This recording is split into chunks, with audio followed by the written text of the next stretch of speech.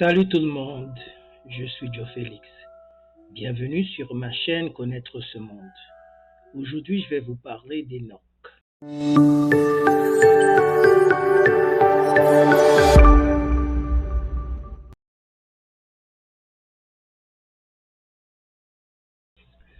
Je dois tout d'abord vous dire que la religion catholique avait enlevé le livre d'Enoch de la Bible pour leur propre intérêt. Dans le livre de Genèse, il y a seulement une phrase qui mentionne le nom d'Enoch, qui parle d'Enoch. Enoch était le grand-père de Noé et la 7e génération d'Adam. Dans les 2 premières vidéos, je vous avais parlé de Mésopotamie et dans le livre d'Enoch, on en a parlé aussi. Genèse 6, versets 1 à 4 et Enoch 6, versets 1 à 4 parlant du déluge sont les mêmes.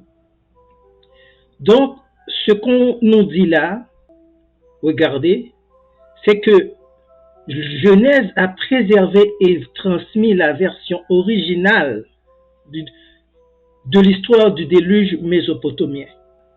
Là encore, on nous dit que certains détails du Nouveau Testament faisant référence au chapitre 6 de Genèse, versets 1 à 4, ont été écrits d'une façon différente, et ne peuvent être attribués qu'à Enoch. Ces éléments sont consistants au contexte original mésopotamien d'Enoch 6, 1 à 4. N'oubliez pas que la Bible est antidatée. J'en avais parlé.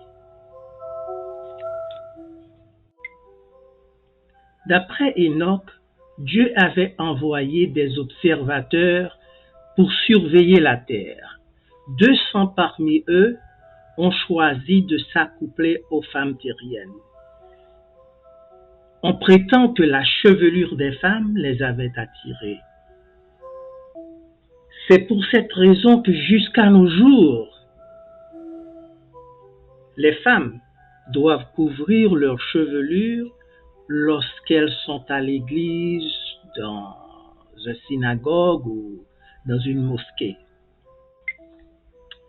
Shemjaza, le leader, leur fit savoir que c'était une mauvaise idée, un gros péché. Ils seraient rendus coupables et paieraient les pots cassés. Ils souhaitaient qu'ils ne mettent pas leur plan en exécution.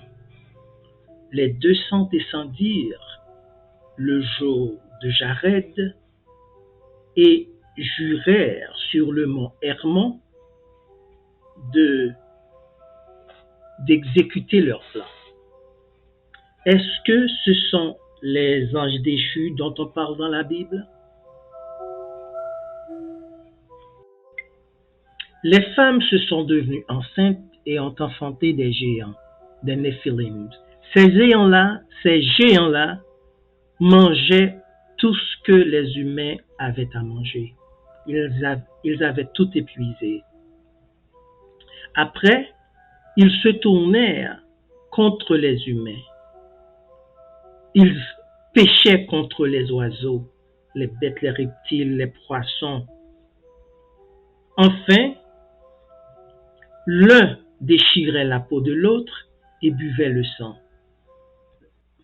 Azazel, l'un de ses observateurs, enseignait les humains à faire des épées, des couteaux.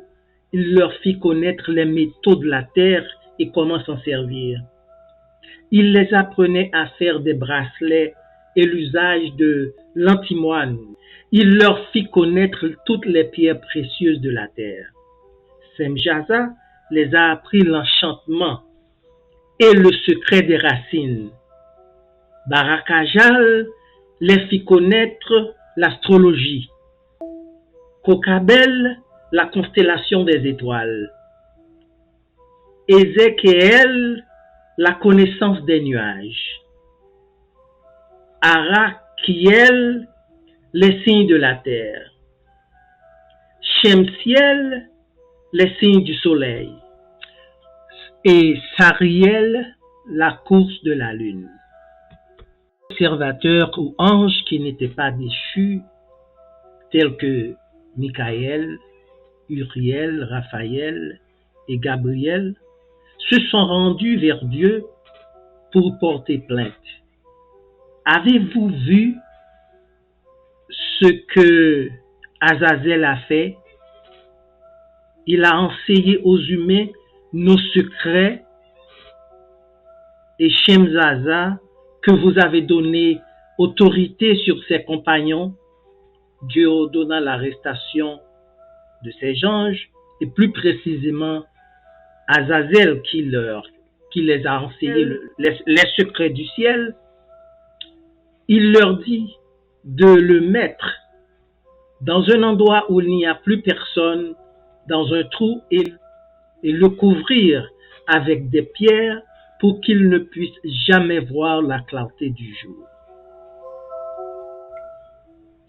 Et donc, dans une vision, s'est vu monter dans une maison dont les murs étaient en cristal, ayant du feu tout autour. Il était effrayé. J'ai passé au travers une lampe de feu et je me voyais à l'intérieur de cette maison construite en cristal. Le plancher était en cristal aussi. Le plafond était comme un chemin d'étoiles. Qu'est-ce que ça vous dit? Est-ce qu'il parle d'un ovni, une soucoupe volante? Pensez-y bien. Est-ce qu'il voyait des rangées de lumière? Et lorsqu'il parle de maison en cristal, c'était probablement un métal qu'il ne pouvait pas encore identifier, que la Terre ne connaissait pas encore. Vers la fin du XVIIIe siècle, James Bruce, un explorateur écossais, avait découvert le livre d'Enoch pour la première fois. Il était écrit en Giez, une langue africaine, une langue éthiopienne. Et ce livre était sacré pour les Éthiopiens. Ils l'utilisaient depuis le temps des temps. Pourquoi est-ce que le premier livre d'Enoch a été retrouvé en Éthiopie, un pays d'Afrique? Quand j'ai lu qu'il était descendant 7e génération d'Adam, j'ai pensé, je me suis dit qu'il était quand même noir. Il était noir. Remarquez qu'on nous a dit que Genèse 6, verset 1 à 4 et Enoch 6, verset 1 à 4 sont les mêmes. On nous a dit aussi que les Anunnaki étaient en Mésopotamie et on les appelait les têtes noires. Il y a une connexion. Merci d'avoir pris le temps de regarder cette vidéo. N'oubliez pas de me donner le pouce, de vous abonner et d'appuyer sur la cloche de notification. À la semaine prochaine.